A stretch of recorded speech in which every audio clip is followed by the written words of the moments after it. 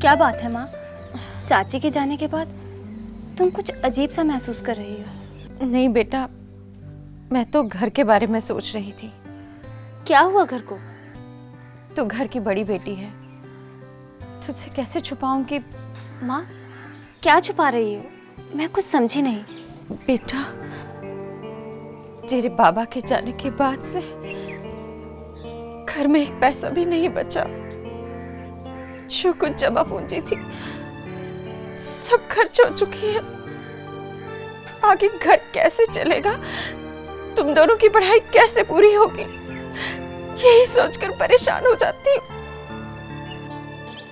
माँ, मैंने तुझे बताया नहीं कि 3 महीने से स्कूल की फीस नहीं दी है, और मास्टर जी कह रहे थे कि अगर इस महीने भी फीस नहीं दी तो नाम कट जाएगा।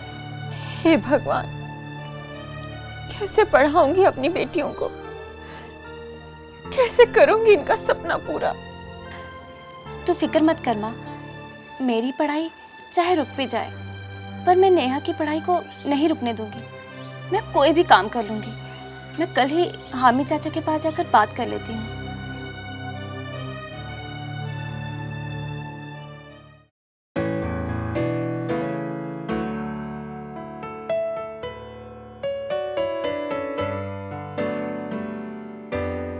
अरे लता बेटा, तुम? हामी चाचा, सलाम। सलाम। सब खैरियत तो है? कहो, कैसे आना हुआ? चाचा, वो माँ कुछ परेशान सी हैं। क्यों? ऐसी क्या बात है? हमारे घर के हालात कुछ ठीक नहीं है। रोजी रोटी का भी कोई जरिया नहीं। मुझे तो ऐसा लग रहा है जैसे जैसे हमें अपनी पढ़ाई छोड़नी पड़ेगी।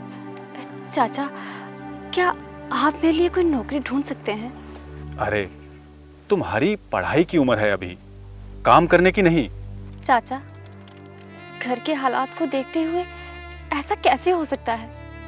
मैंने तो सोच लिया है चाहे कुछ भी हो जाए, लेकिन मैं नेहा की पढ़ाई रुकने नहीं दूंगी। खुदा पर भरोसा रखो, वो सब ठीक करेगा। वैसे तुम्हारे बाबा का कुछ पैसा फौज की तरफ से अभी मिलना बाकी है। मैं कर्नल साहब से बात करके जल्दी ही वो पैसा निकलवाने की कोशिश करता हूँ, और तुम्हारी बात भी करता हूँ। तुम बस हौसला रखो, अल्लाह सब ठीक करेगा। तुम्हारे बाबा कहा करते थे तुम उनकी बहुत बहादुर बेटी हो। बस अपनी माँ का और बहन का ख्याल रखो। अच्छा चाचा, मैं चलती हूँ, माँ राह देख रही होंगी। चलो, मैं तुम्हें घर छोड़ता हुआ चलता हूँ।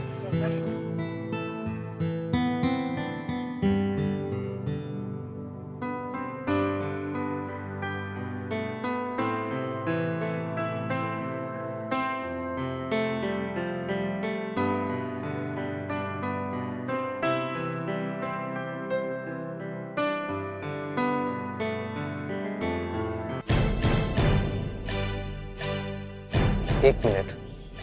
मेरा रास्ता मत रोक। उस दिन की मार भूल गया है क्या? कैसे भूल सकता हूँ?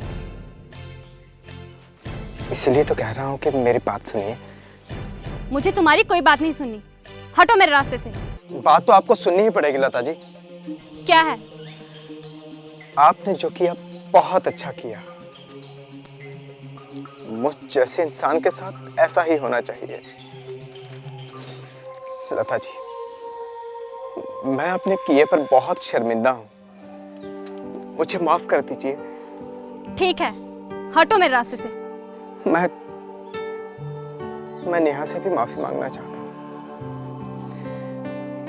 उसे कह देना, हो सके तो मुझे माफ कर दे। नेहा की तरफ तुमने अगर आंख उठाकर भी देखा तो मैं तुम्हारी आंखें फोड़ दूंगी और तुम्हारे घर में सब बता दूंगी। देखिए, मेरी शिकायत मेरे पिताजी से मत कीजिएगा, वरना वो मुझे घर से निकाल देंगे।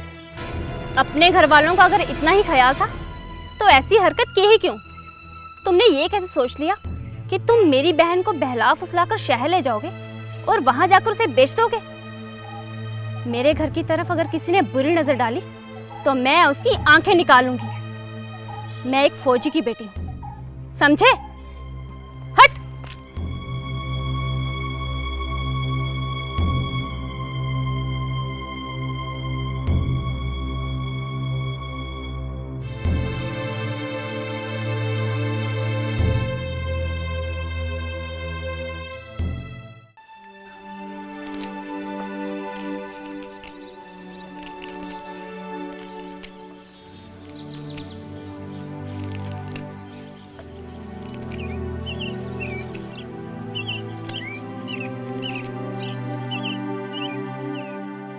चली गई थी सुबह ही सुबह?